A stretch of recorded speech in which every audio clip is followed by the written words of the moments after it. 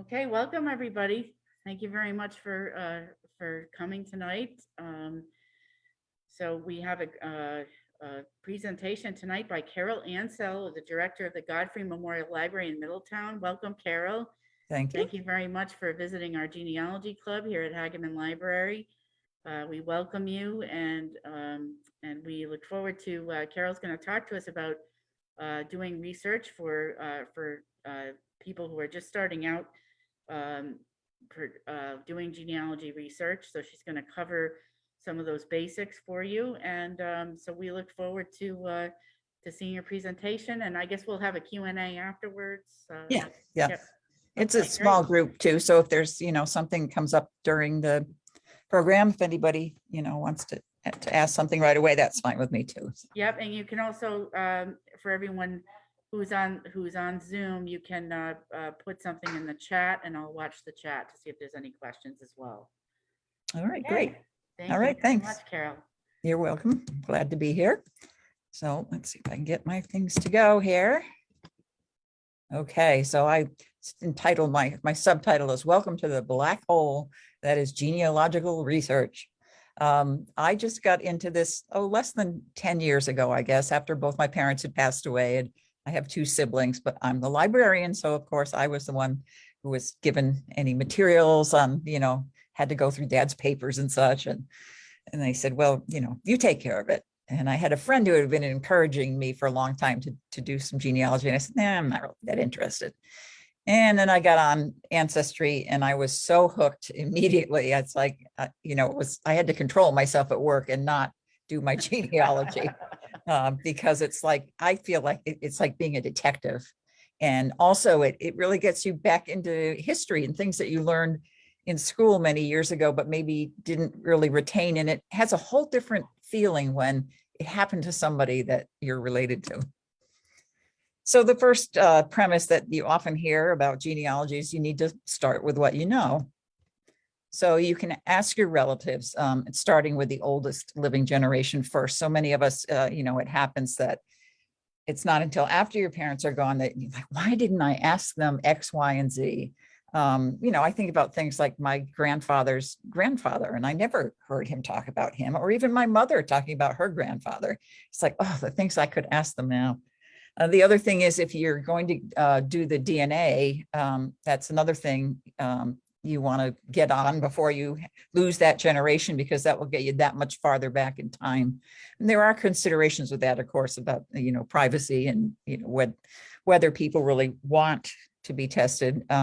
You're probably going to find some secrets if you do DNA. I did in both sides of my family. There were dalliances that were never spoken about, and people tend to be very embarrassed by that, but it's very, very common.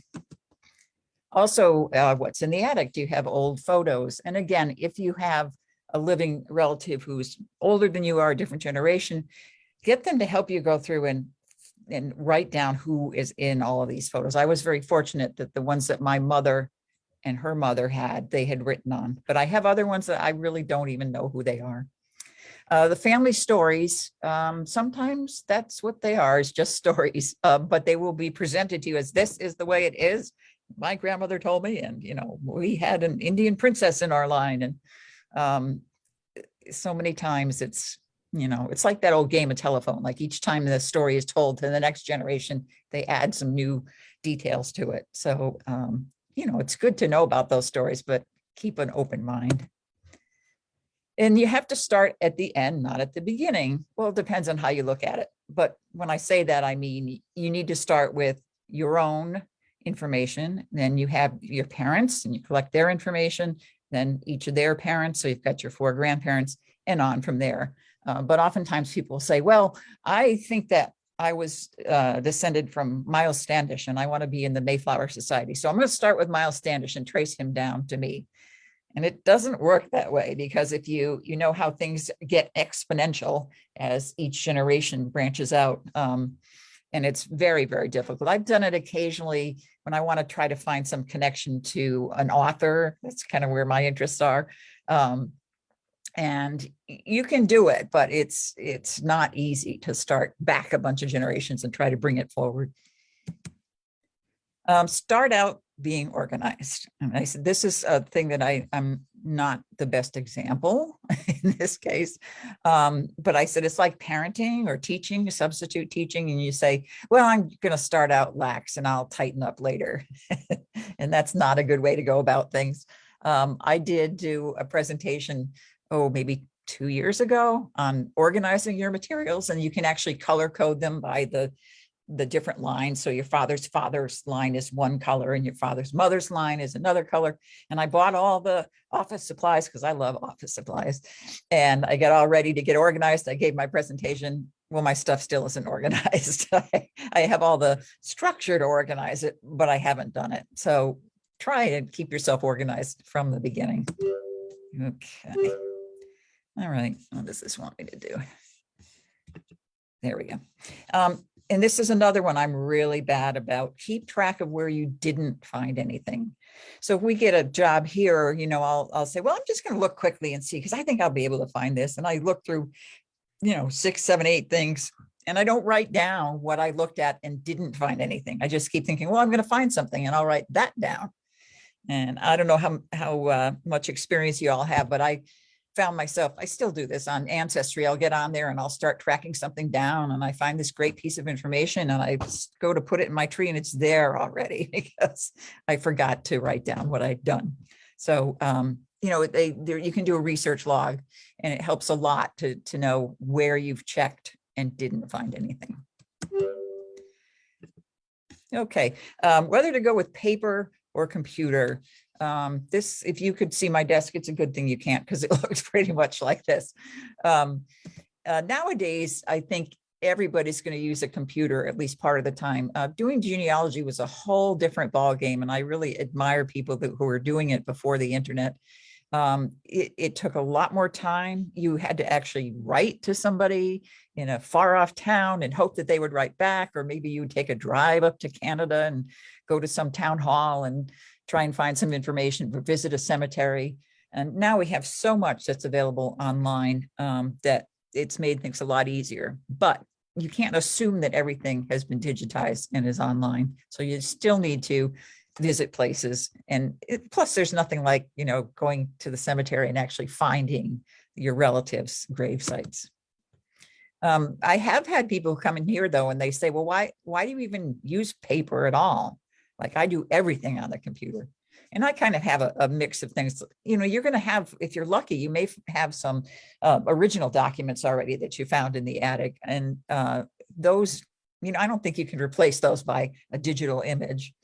So I still have paper files, but I do a lot of it on the internet, and try to have, obviously, backups so you don't lose all your hard work. But for most people, it's kind of a mix of doing it on the computer and using paper. It can get very expensive if you let it, but it doesn't have to be. So I'll show you a few ways that you can save yourself some pennies and funds in the very beginning. So first of all, there's Family Search, which is a very large database full of information from all over the country, in fact, all over the world, and it's free. All you need to do is set up an account for free. So you can get a lot of your research there. They overlap with Ancestry, but each collection has things that the other collection doesn't have. You can use your libraries. Obviously, I'm a library advocate. You can use libraries like the Godfrey, and even just your public library. Most of them now have Ancestry Library Edition, which you can use in the library to do your research. You can't make your own tree and save it, but you can certainly search all the records there. And I don't know how it is now, but I know during the beginning of the pandemic, they were letting public libraries give their patrons home access to Ancestry, which usually costs a lot for libraries to offer. But because of the pandemic, they had that offer. I don't know if it's still going or not. There are a lot of free templates and handouts online, which I'll show you some of in another slide. And as I said, use your local library. Many of them have Ancestry.com's library edition, and possibly some other databases as well. Maybe we have at the Godfrey Myheritage, which is a similar collection to Family Search and Ancestry. but it has a little bit more European emphasis. And in fact, they are headquartered in Israel. That's what we have here at Hageman. Okay, yeah, We have Myheritage Library Edition. yeah, yeah. Yeah. And so that gets you all their data, which is pretty extensive. If you subscribe, which costs you, of course, quite a bit more, they're the ones who have this thing where you can colorize your photos, your old photos, and also they set them up so that they like blink and move a little bit. It's like the Harry Potter pictures. It's like, and it's pretty cool, but kind of creepy at the same time. But so money well spent. I definitely recommend getting your own software program, even if you subscribe to Ancestry or you're using the free services. If you're using the free services in the libraries, you can't do a tree. So you would want software to make your tree. There are a lot of different products out there, more for PCs than for Macs, but there is some choice amongst the Macs. And that's a whole nother presentation, which I'm not going to get into tonight, but check around, ask friends, see what they use. I personally use Family Tree Maker. Again, I have a Mac, so I don't have a lot of choices, but they all do pretty much the same kinds of things. You should join the Godfrey, obviously, or your local historical society. That's another great place to check out resources. Usually very knowledgeable people and people who are willing to share their expertise with you. Make sure you have a local Connecticut library card. There are a lot of state funded resources that you can get just by having your town library card. Okay, so here's this is the Connecticut State Library site. And by the way, I'm going to give you a link to this presentation at the end. So you can come back and visit it, and you'll have all the hyperlinks. So let me just see if there's something I was going to add on this one. So the Connecticut State Library card will get you a whole set of resources. One of which, well, a few of them are very genealogically oriented. And we'll look at in a little bit when we're looking at military records, really the biggest database for that is called Fold 3. And you can get access to that it's actually a Connecticut State Library card. And I'll show you how to do that too. Okay, whoops, get out of the screen here. Okay, well, it's like I'm in this little loop here that I can't get out of. Here we go. And this is, again, you'll have this link. If you want to apply, you can drive up to Hartford. The parking's not great up there at the State Library. They do have a great collection and they have very helpful people there. And so if you want that library card, you can go up there, or you can just fill it out here and that will give you the online access. Okay, so here's some of the forms that you'll see. So there's a pedigree chart. Wait a minute, I think I missed a slide. Let me just check. No, I guess not. Okay, so that's basically you're going to fill out for each person full name, birth date, birthplace, and that includes town, county, state, and country. The death date, the death place, marriage date, and marriage place. So you do that for yourself, your parents, and then you just work your way back. If you're interested in not heritage, I always forget the name of this, but like the Mayflower Society, they actually want a document for each of these things. So, you might have to find your birth and death certificates, and we'll talk about how to get to those too. This is from the National Genealogical Society. I always want to say National Geographic Society because I was a school librarian for so many years. But this is our national organization for genealogy.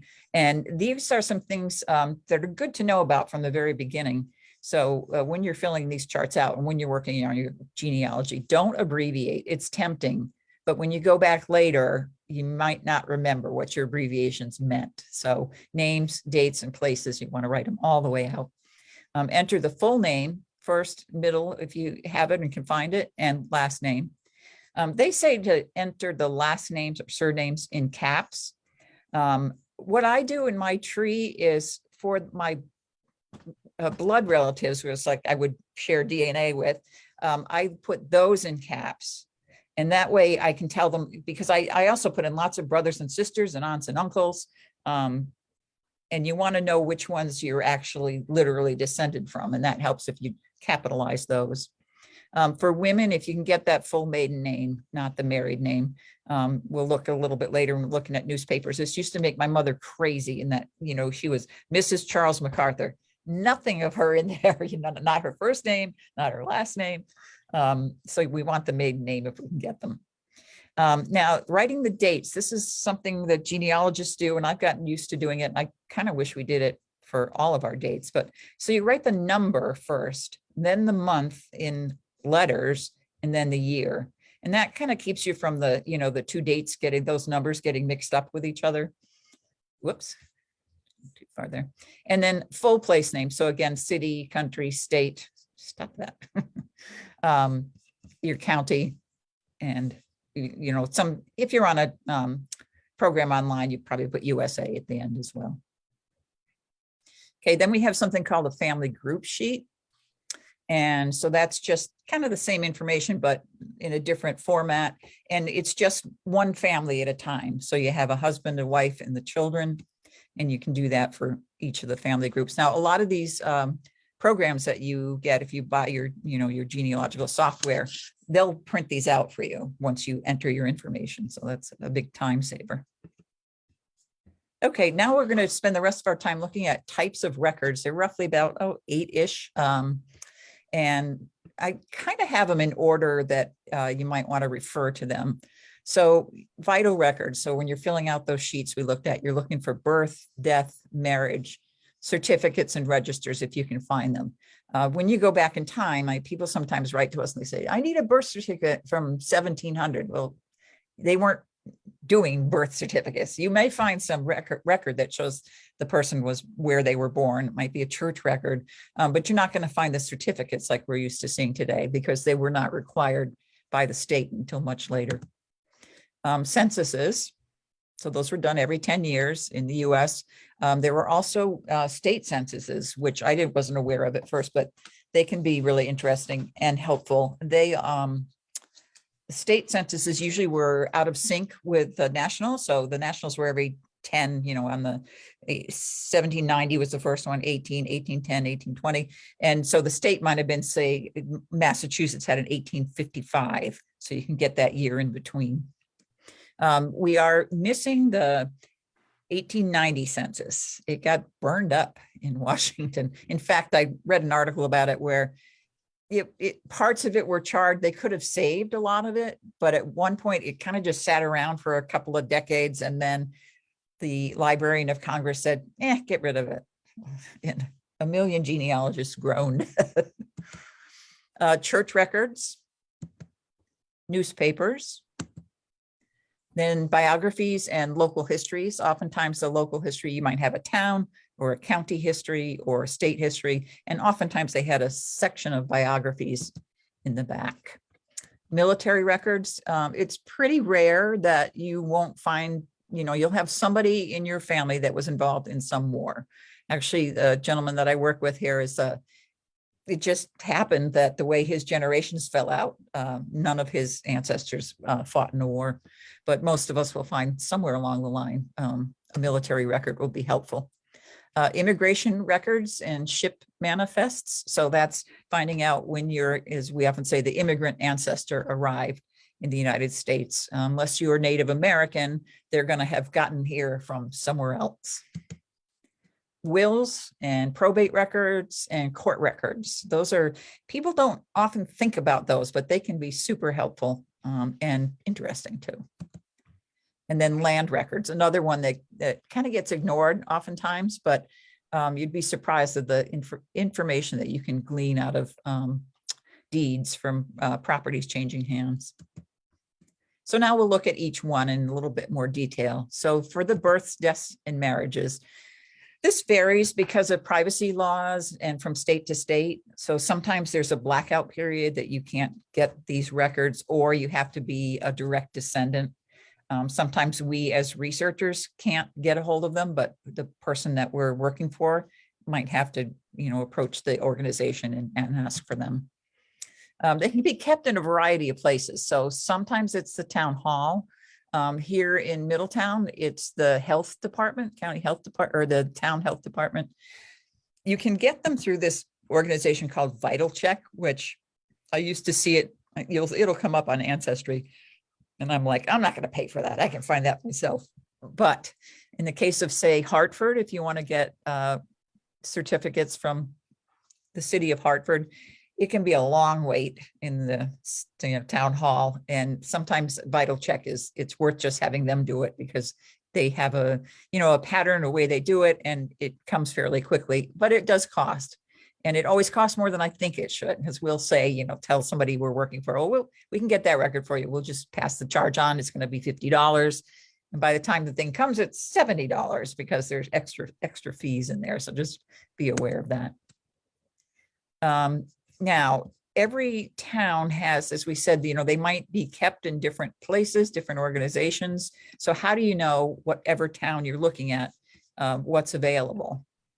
So what you can do is the good old Connecticut State Library. They are wonderful. So they have this Connecticut Town Guides, and it's a PDF document. So you can download it, or you can just go each time to the library and check it out. They're alphabetical by town. So here you see Basra. I kind of picked Basra because I had a student years ago that lived in Basra, and she was always just like so embarrassed. She said, Basra, well, nothing happens there. Who lives in Basra? But they'll tell you here when the town was established, parent town. Okay, so originally Basra was part of Norwich, and then became its own town. They're in the county of New London. And then they're telling you for town vital records, there are birth, marriages, and deaths from 1786 to 1852. And the CSL number is the Connecticut State Library. And the LDS is short for Latter-day Saints, which is the Mormon Church, and that's the family search that I had showed you initially. So they have a number as well where you could look it up. This is the record group that it's in. For vital records, they're telling you these are the years, and it's even tell you what box number, box 3, and then they'll tell you this is in the archives at the State Library. Here are church records. And again, these are mostly at the State Library, but many of them you can see here have been digitized at Family Search. Probate, Connecticut, it's particularly kind of crazy with the probate because the probate districts changed over time and there were lots of them. So depending on what time period it was, you may have to look in a town or a county that you wouldn't expect to have to look in. So they're telling you they started out in Norwich, then for a while they had their own district, the Basra district, and now they're in Norwich district again. And then they've also got a listing of cemeteries. So that can be super helpful. Carol? Yeah. Somebody had a question in the chat. Sure. Any thoughts on church records for churches that don't exist anymore? He's looking for church marriage information for maternal grandparents and great-grandparents, but the 2 New Haven Irish churches have been raised. The church records get passed on to other churches. Sometimes they will. If they were Catholic churches, there might be regional, the diocese might have collected copies. A lot of times I know in Canada, when you do the Catholic Church records, they'll be the parish keeps their own, and then they sent records into the larger organization. Yeah, that's a tricky one. So this is New Haven. You could look and see what New Haven, what they list for church records. Possibly if they had, been, they probably wouldn't have been sent to the state. I think, again, your best bet would be to check with the diocese, but some of them are more open to sharing records than others. I think Norwich is pretty good about it. Hartford is a little bit notorious for not allowing access to their church records because they consider them sacraments and they don't think that they should be shared with people, which is unfortunate. On the other hand, you look up in the Boston area, the NEHGS, which is the New England Historic Genealogical Society. They are in the process of working with the Catholic Church in the Boston and cities and towns around Boston, and they are digitizing all of those records because they can be really helpful. And then one other question. Yep. For the church records, I have Irish, great-great-grandparents. St. John's Roman Catholic Church that used to be over Peter Street over there where Gale is now. And Okay. those records went over to St. Anthony's. And Oh, okay. another Irish church was St. Patrick's Church, which I guess is over at Ferry Street. That one came down, I think, in the 1960s. Those records are at St. Michael's. So St. Anthony's Church and St. Michael's? Yeah, I have the records of those two older churches. And what were the two older churches again? One was St. John's Roman Catholic. St. John's Roman Catholic Church. St. Anthony's has the records for that one. And then St. Patrick's. The records are at St. Michael's near Worcester Square, that church. And those records are at St. Michael's in Worcester Square. So if that's helpful to. And if you do call the Catholic Archdiocese, if you call the Catholic Archdiocese in if you know the name of the church, they could refer you to, or they did for me, refer me where the records went. So I guess the Catholic Church Diocese can refer you to where the records went for a church. Okay. Yeah, and that can vary from place to place. So keep your fingers crossed. Yeah. Thank you, Pam. Yep. Yeah, she's talking about the New Haven area. I should Okay. specify. Which is where Hank had his question about. Yeah, that's right. Okay, great. What these records are good for, the lineage societies, was the word I couldn't think of earlier, but like the Mayflower, the Daughters of the American Revolution, Sons of the American Revolution, there are many of these different lineage societies, and they always, as for the more recent generations, they require birth, death, and marriage certificates. They often provide the linkage between generations. That's one of the hardest things you'll find, especially again, if you're doing a lineage society application. You need to not only have, all these different generations data, but you have to prove that, so-and-so was so-and-so's son. Okay, so the censuses, they go from 1790 to 1940, and on April 1st, the 1950 census is going to be out because there's a period during which they're not accessible.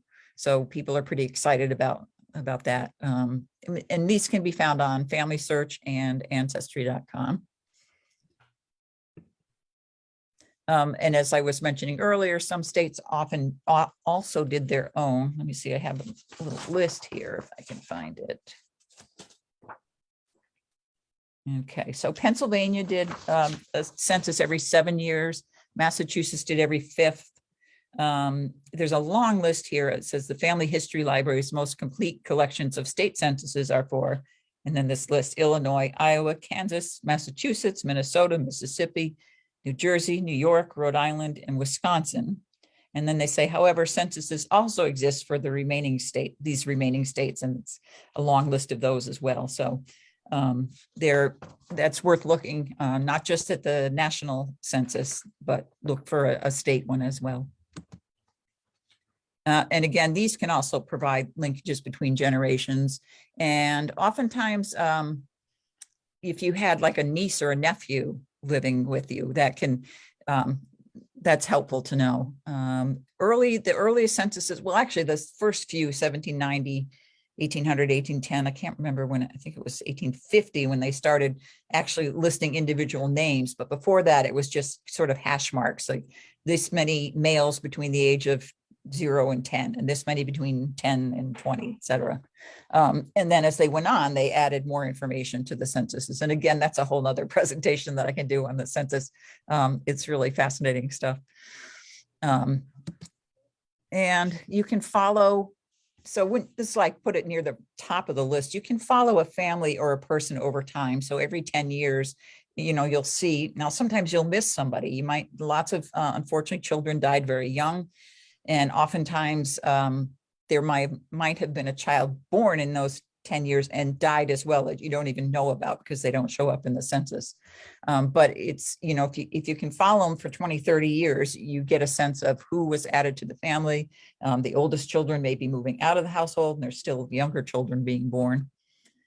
And here is a sample. This is 1870, and this is the census for Henry Wilkins in Dorchester, in the county of Grafton in New Hampshire. And this is my 3 times great grandfather, I think.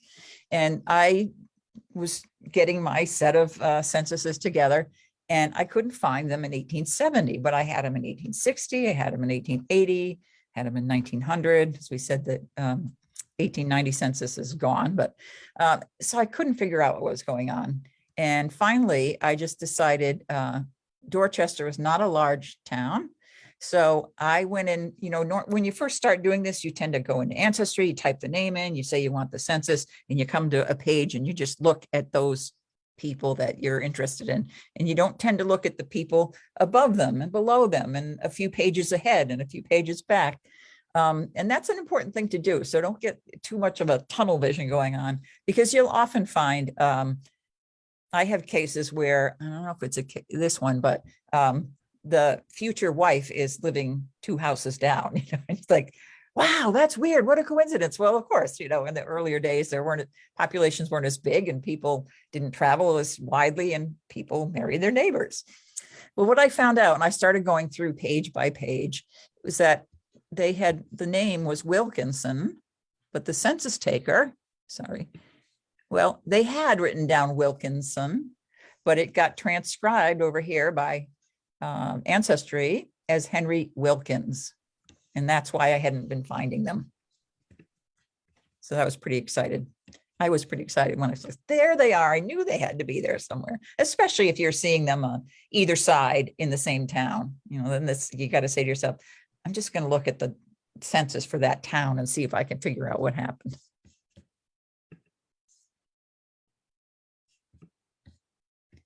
And it'll tell you where they were when. Okay, so we'll get into our church records. And I said, even for non-churchy families, my family was not a actively, you know, organized religious family. And I thought, well, I remember when I was starting early on, and a friend of mine had been doing this for a long time. She said, have you checked church records? And I'm thinking to myself, why would I check church records? We didn't go to church.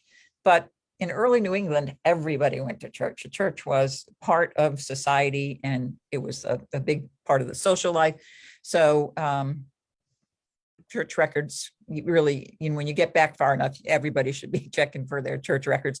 Now, you know, when the towns in New England, they had been keeping records over in Europe. So they continued to keep records and they had town records, but they weren't required to. So that's why you fall back on the church records, because the church is going to be writing down who got married when the children were baptized, and when people died. So you definitely want to look for those records. The state of Connecticut has lots of the church records up there at the state library, and most of them are digitized on Family Search as well. So you can find them there. Your local historical society may have some, and of course the churches themselves, if they're still, you know, if they have an unbroken history, they might still have the records there. So this will give you, as they said, dates of birth or baptism. You have to be a little careful that in the church records, you're probably getting baptism, which is not always the same. It's usually within, you know, a few weeks, although I have ancestors who were in Canada, they were in Quebec and French Canadian, and they were living in these tiny little towns that did not have parishes yet. So there was a traveling priest who would go around and baptize the kids. And sometimes they didn't get baptized till they were 3 or 4 years old because the priest hadn't been there for that long. You can find out when and where people were married. And here's a place where you'll pick up those children that you might not find in the census, but you're going to find them in the church records that they were baptized and then died within a few years. And you'll get the date and place of death. Okay, newspapers. Newspapers are lots of fun. Everybody loves newspapers. There are lots of paid databases. There's newspapers.com, which is now owned by Ancestry. There's Genealogy Bank. I personally have a subscription to that. There is, I'm trying to think of the one that we have here. But there, again, if you get a subscription to a library or possibly a historical society, they may have some of these subscriptions, but there are a lot of good free sources too. So here are the ones that you'll see. Fulton Postcards. This is a fellow in Tom Triniski is his name, and he's in New York State, and he's been madly digitizing microfilm newspapers for years, and he now has more microfilmed newspaper or more digitized newspapers than the Library of Congress. It's just kind of been his mission in life. His website, this is not his website. This is somebody else has built a search engine on top of his website. When you first go to his website, it's a little wacky looking, and it's called Postcards because that's what he started with, a collection of postcards. And he's got kind of gestures running around and fish swimming and all these crazy things happening. I used to use it when I was teaching the kids in school about websites, and I would talk about what a website looks like and how authoritative it is. And that his was kind of a red herring because it has amazing information, but it's put together in a pretty crazy looking way. So that's one of those, can't always judge a website by its cover. But let's see. So you can search with this Fulton search. One of the tricks with newspapers is, let's do something. What I've done recently. To find anything on George.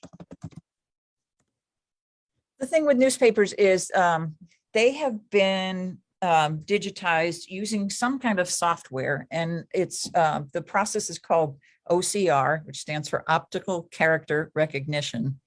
And it's getting better with time, but it still leaves a lot to be desired. It's very difficult for these to write a program that can handle all the different fonts and typescripts that existed in older newspapers. And oftentimes the copies are not very clear. And so you'll get, kind of a gobbledygook. And some words will show up clearly, but others won't. So it's a little bit of a hit or miss. So you see this one. So Sinnoh record would new tie. But you can see that Washington is jumping out pretty clearly there. And it's not just New York. It is called Fulton, as in Fulton, New York. But he's been expanding over time, and he's got a lot of New England papers in there as well. So that is a great place to do some searching. Chronicling America, it's kind of his competition, you might say. This is Library of Congress. And they've been working over the years to digitize newspapers from around the country. And oftentimes the state library has had a cooperative arrangement with the Library of Congress, and they will digitize the papers. And you can search, you can pick out a specific state, you can get a specific newspaper you want to search, or you can leave those open. You can play with the dates and put your search terms in, and then the photographs of the newspaper will come up. So that's a great site to know about, and that is free. Okay, at the Godfrey, we have this, this you can have access to even if you're not a member. It's one of the few things on the website we have that's open to anybody and it's free. And it's set of websites that have been researched here by a volunteer and some other helpers. And so these are all websites taking you off of the Godfrey site, but to other sites. And there's a category here for newspapers. So if we want to look, see what we have for Connecticut newspapers. Okay, and so these are three places: the Fairfield Citizens News Index, Norwalk Hour Newspaper Index, and Stanford Newspapers Obituary Index. Sometimes they're more modern day, and sometimes it's an older collection. But that's one place you can find newspapers from around the US.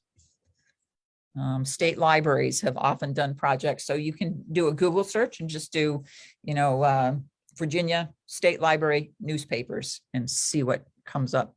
Now there's this, I was started to sort of keep a list of all these, and then I found the ancestor hunt list, and God bless this man because he has put this together. And he's got links by state. And then he also has kind of special collections. He's got ethnic collections here. There's Canada by province. Let's say we want to look at Connecticut.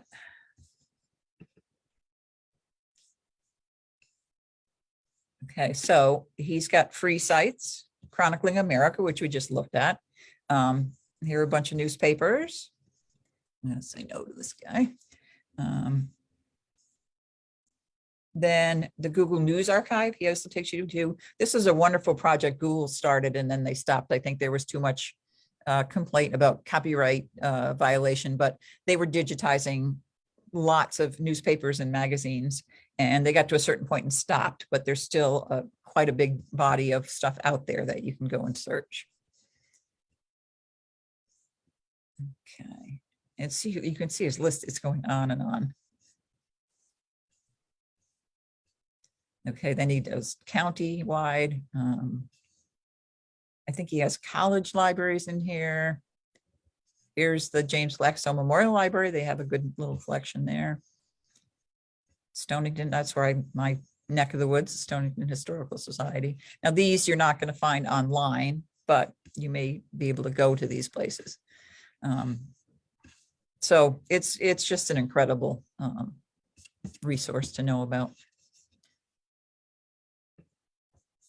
Okay, so in the newspapers, you can find marriage and death announcements.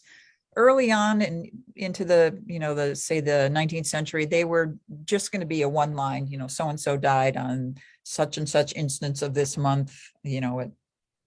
Sometimes they say what they died of, oftentimes they don't. But later on, you may get into obituaries. Whoops. And then, as I said, one of the things I enjoy about the newspapers, the town gossip, or you may get tragedies. I had ancestors who lost a child when he was quite young, and I found in the newspaper all these people writing and saying, we're very sorry to hear of your loss, and hear a little bit about how this child died. So here's an example from, now New Hampshire is one of the states, they're not very good about sharing their toys, and they have not done a lot of digitizing of their papers. So someday I'm going up to Concord and I'm just going to park myself in the library and read through all these newspapers from Lyme, New Hampshire, which is where my mother's family was from. And I have found stuff already. I was up there one time, and just little things like it'll say Mrs. Arthur Wilkinson was visiting in town last week. And so I knew that this family lived in Canada part of the year and back in New Hampshire the other part of the year. So I was able to kind of get an exact date for a time that she was visiting from Canada. But this is one of my favorite ones I've ever seen here. This is a cow belonging to David Pushy disputed the right of way with J.R. Pierce in his auto. Result, the cow lost a horn and pierced his temper. Sometimes they put little, you can hear little digs. You don't know what the story is, but there's some story behind it. Okay, so we have now the biographies and the town and county histories. So these were very popular at the end of the 19th and beginning of the 20th century. So the Civil War was over. It was the centennial in 76, a lot of patriotism, a lot of nostalgia. The Industrial Revolution had happened. So you had kind of your men of means in town, and they liked to be written about. And those are generally the people that get written up, not your everyday farmers. But and these are often done at the town or county or state level. We have some here in the library for Connecticut, Middlesex County, Talon County. Sometimes it'll be like in Eastern Connecticut. And within them, they'll have little family genealogies. These are often found in your local library. They'll have the ones for the area. And another great place to know about is the Internet Archive. This is a huge collection of digitized materials. Pretty much all of them are no longer under copyright. So from 1924 or so and back. And they even have some that are still under copyright, and you can borrow them for an hour at a time, i.e., click on it and look at it for an hour, and then you have to return it. I think that's it's a way of getting around the copyright issue in that, okay, so we have it, we're only letting one person use it at a time. But you can, type in the name of your town, history and Internet Archive. If you put Internet Archive in quotes, it'll stay together as a phrase. And there's an amazing amount of stuff there. Many of these town histories and these biographies. We have a lot at the Godfrey, and they're putting more and more of them on Family Search as well. And again, it's usually the movers and shakers, the industrialists versus your humble farmer. So if your ancestors were farmers and didn't participate in town government and such, it'll be harder to find this kind of information about them.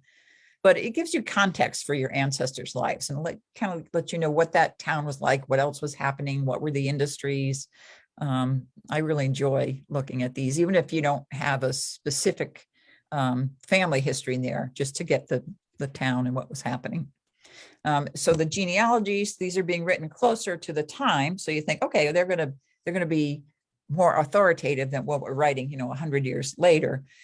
The problem is they didn't always get everything right. And so like any genealogical research, you're always going to want to look for an underlying record that proves this, not just so that it's not just the game of telephone or, my grandma told me.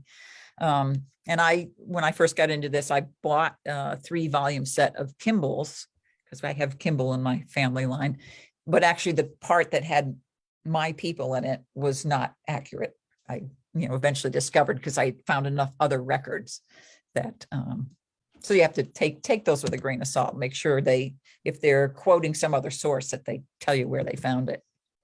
So into the military records, Ancestry.com and Family Search both have some military records, but by far the largest collection is Fold 3, and that is the National Archives, mostly the National Archives collection. And you can get this free with your Connecticut State Library card. So here's again another great site to know about at the State Library. They have 122 databases that they subscribe to, and depending on your little symbol here, you may or may not have access to it. But the blue card means you get that Connecticut State Library card, and then you can have remote access to all of these databases. If it has the lock on it, you actually have to go to the library. And again, this is a question of licensing and paying for the license. If there's an open lock, it's available to everybody. And then if it says Research at CT, that is available to you with your public library card. So there is a program called Research at CT, and they subscribe to a number of databases that you can use. So Fold 3 is here, and you can click on it, and then you're going to see it's going to ask me for my library card, my 14-digit number, and then I can go in and do my searching. So the National Archives in DC has pension records. They have the Revolutionary War. Those are all digitized. And so there's only digital access to them at this point. But for the Civil War, you can go to DC if you have the time and the inclination, and you can ask for your ancestors' pension file. And I actually got my 3 times great-grandfather's file, and they brought it out once an hour. They'll bring the stuff out to you. And you can just actually go through all this paperwork. And, I saw pieces of paper that he had signed and written, with his very hand. And it's just, there's something really magical about being able to do that. You can also hire somebody to make copies for you. You can pay the National Archives directly. It's usually a little cheaper if you find somebody that works down there as this is kind of a job they do, and they go and make the copies for you. So you might say, well, what do I care? Yeah, he was in the Civil War, big deal. Well, these can actually have a lot of helpful family information, because to get this pension, they had to prove, especially if, the person died in the war or died shortly thereafter, and their widow has a right to that pension, but she has to prove that she was really married to him. So she's got to come up with some kind of document that proves that their marriage. And you might find birth certificates in there, and also details about what this person did in the service. So one of the most exciting ones I found was a great grandfather way back. And he was a privateer. He lived in Woodstock, Connecticut, but he came down to New London and he hired on a ship, on a privateer, and they went out and they captured a couple of other ships and brought it back into New London. And then eventually they were captured by a British ship, and he was taken off to outside of New York City. There was the Jersey, which is a notorious prison ship that they just kind of threw these guys on and pretty much just let them die there. And he actually survived the experience. So his pension record had a whole description of that and, you know, what happened to him. That was fascinating to see. Okay, immigration, ships, manifests, and naturalization papers. These are very time dependent. So meaning before, say, if they came in the 16 or 1700s, you may or may not find any information. They were not required to keep this data. And then eventually when it was the shipping companies that had to have this information. And there was, of course, we all know about Ellis Island starting in 1892, where all the immigrants had to come through. And before that, there was Castle Garden. And both of these places ended up with large collections of records. And one place you can do the searching is this. Steve Morse has this site called the One Step site. And Steve Morse he actually does the programming for us for our website. So I've kind of gotten to know him. He's kind of he's a genius programmer person, but he's, how should I say, not the most patient person in the world, but I'm getting used to him and have been, working with him to get records up there. But this is he's got this whole separate website. So he's a genius programmer and he's interested in genealogy. So he's got all these different places you can look up, and he gives you an overview here. It says, okay, these are the ones you might want to use to see if you can find your ancestor. And then you can go into any one of them and fill out the information you have. And so he'll tell you, for more versatile searching, use this one. If you're searching 1820 to 1857, use this one. And what he does is he's searching on another database, but he has put in a lot of other pieces of information that you can put in hopes to find your ancestor.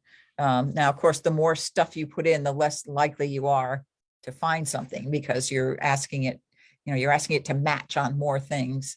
But if you don't put enough information in, it's going to be too broad. Whoops, where am I going? Okay. Just remember that New York is not the only port in America. So yes, many people came through Ellis Island and Castle Garden, but your ancestor might have come into Boston or Portsmouth or New Orleans. So it's worth checking. Now you can look these up in Ancestry, and I'm pretty sure also on Family Search. But again, it's not, New York was the biggest place people came in, but not the only place. In the later ship manifests that you found in the late 1800s and into the 1900s, they would ask for who this person was going to meet up with in the US, and asked for the address of where that person was and how they were related. They also asked the person, the immigrant, how much money they had in their pockets, because they wanted to make sure that these people weren't going to come in and just, live off of the people that already were in the United States. They wanted to make sure they had some way of making a living. So that can be really helpful information to say, okay, they got off in Philly, but they ended up in upstate New York. And also you want to look for family groups moving together, and also people from the same town moving together. So when you look through the manifest, you'll often see a group, say, from the same town in maybe Eastern Europe. Okay, court records, so wills and probate records are found on Family Search and Ancestry. Those are kind of your two biggest places. And they're a great way to discover family members and relationships. You can get the married names of daughters oftentimes in a will. So it'll say, I leave to my daughter, Margaret Jones, whatever. So she's married to Mr. Jones. And otherwise you might not realize that there was a relationship there. Sometimes they reveal, as I said, family conflicts and dirt, who didn't inherit anything. And I wish I need to find a good example to show for this, because I know I've seen them, it's like most of the sons and daughters are getting a certain amount of money, and it seems, or land of the same value. And then you get one person who gets, I don't know, a great coat or something. It's like, what did he do wrong? So, but as I said, it can be really, this is especially earlier on, this might be one of the ways to connect the generations if you don't have other records that you can do that with. And then land records. Now you want to search by county rather than town, even in New England. When you do your research in the rest, especially in the Midwest, everything's very county oriented, but in New England, for the most part, it's oriented by town. But the land records are one thing that you might find in a county basis. And you have to remember that it might not be the county that you think. The county that it is now might not be the county that it was when your ancestors lived there. And this is the best place I know of to see what happened with the county boundaries over time. This is from the Newberry Library. It's out in Chicago.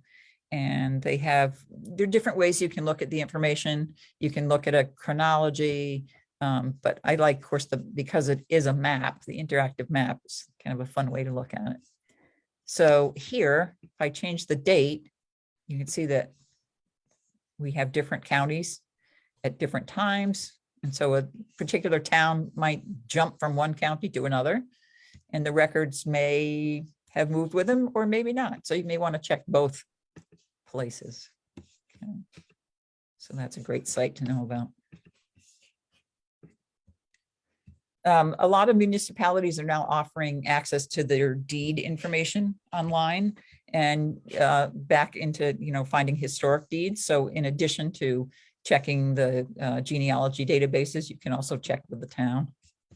Land records, again, great for family relationships. Sometimes they'll say where they moved from. So that may get you, a couple of locations of your ancestor. They'll also tell you who the neighbors were. It's fun to read the descriptions of their property and where it was. And sometimes, like I had a case where I could get onto Google Maps and Google Earth, and with the information that was in the deed, I could actually figure out exactly where the property was. And I can't read this one because my thing's in the way. Miscellaneous Mysteries. Okay. This is one I solved with a deed. I didn't expect to, but I had an ancestor and his name was Levi Rawson Green. And so I said, well, Rawson, it sounds like a family name. So maybe there was that was maybe his mother's maiden name or something, but I wasn't finding the answer to that one. And then I got into this deed here. So this was Smith Green, and it says Samuel P. Leland of Grafton in the county of Worcester and Commonwealth of Massachusetts, blacksmith, in consideration of $2,400 paid by Moses Roberts, Levi Rawson, and Smith Green. So Smith Green was my ancestor, and Levi Rawson Green was his son. So now I know he was named after, and it turns out Levi was a physician in town, and obviously must have been a friend or associates of Smith Green, because they were doing property transactions together. So that was pretty fun. All right, so have I sucked you into the black hole? Whoops. Oh, I didn't mean to do that. Get back to no, I don't need that. Okay.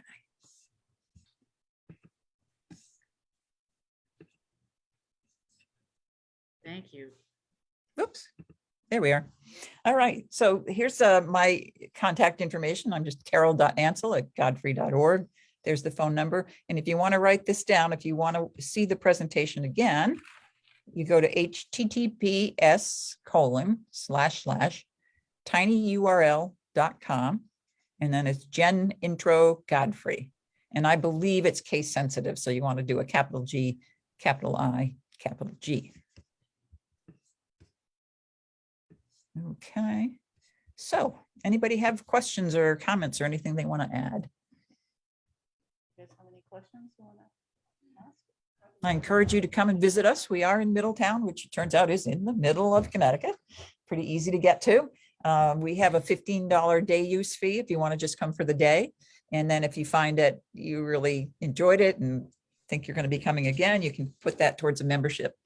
And as I said, we are here on Tuesdays, Wednesdays, Fridays from 9 to 4, and then first and third Saturdays. We also have newsletter. So if you go to our website, godfrey.org, www.godfrey.org over here, you can poke around there and see what you see, and you can sign up for our newsletter, and that will tell you when the genealogy clubs are and what they'll be too. Carol, can you talk a little bit about your databases, like, and how you become a member? Like, how do you get access to your digital resources? Sure. So you need to be a member. You could go to our website and to membership. I don't know, maybe I can get there. Let's see. Let's go to a different window here. All right. Is that going? Do you see our website? Yep. Yep. Okay.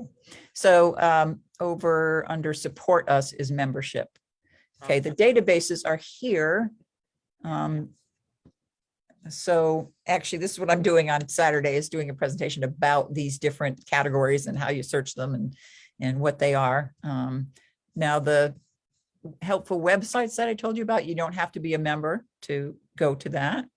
But all these other things, you need to do your membership. And generally,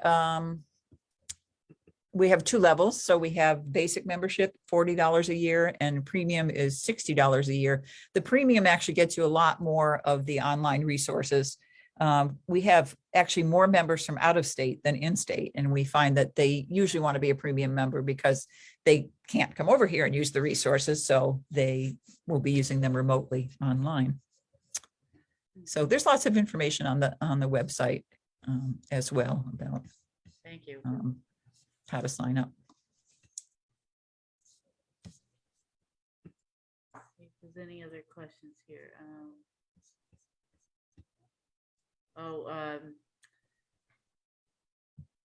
Hank posted, he said that he's used Steve Morse and found both his paternal grandparents. Cool. The names were a bit different, but he found them. Yeah. And then he said, nice job, thank you. And somebody else said, thank you, it was a great presentation. And someone's asking about Saturday's presentation. Is it open to everyone, or how do you sign up for that? Yeah, it's, if you're a member, it's free, or if you're a premium member, it's free. Otherwise, it's $10. And let me see, where on the website would you sign up for that? Just if you're interested, send me an email and I will send you the information. Okay. For signing I'll up. send that over. Yeah, that'd be great. Thank you so much. This was wonderful. Oh, you're very welcome. I love to do it. I love talking about genealogy. I have a question. Yep. Okay. When you're doing research, like if you go to the family search and you're looking for birth records or death certificates or whatever, how current are those records? Like, are they into the year, are they current up to the year 2000 or you know? And not necessarily. Again, this is because of the, each town and state will have different regulations about, mostly because of privacy laws.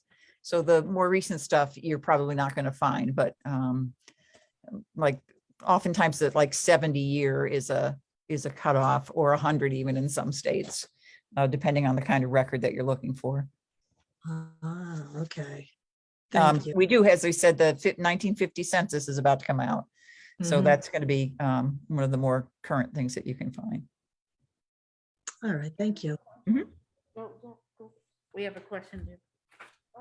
The two sites, Ancestry.com and FamilySearch.org. Yep. Most of my family's history on both sides, my mother and my father, are going to be out of state. They're going to be mostly in Maine. Maine, okay. And is is one of those sites better than the other to try to track my family down? So one of our members, she has family in Maine, and she's wondering whether FamilySearch.org or Ancestry would be better to,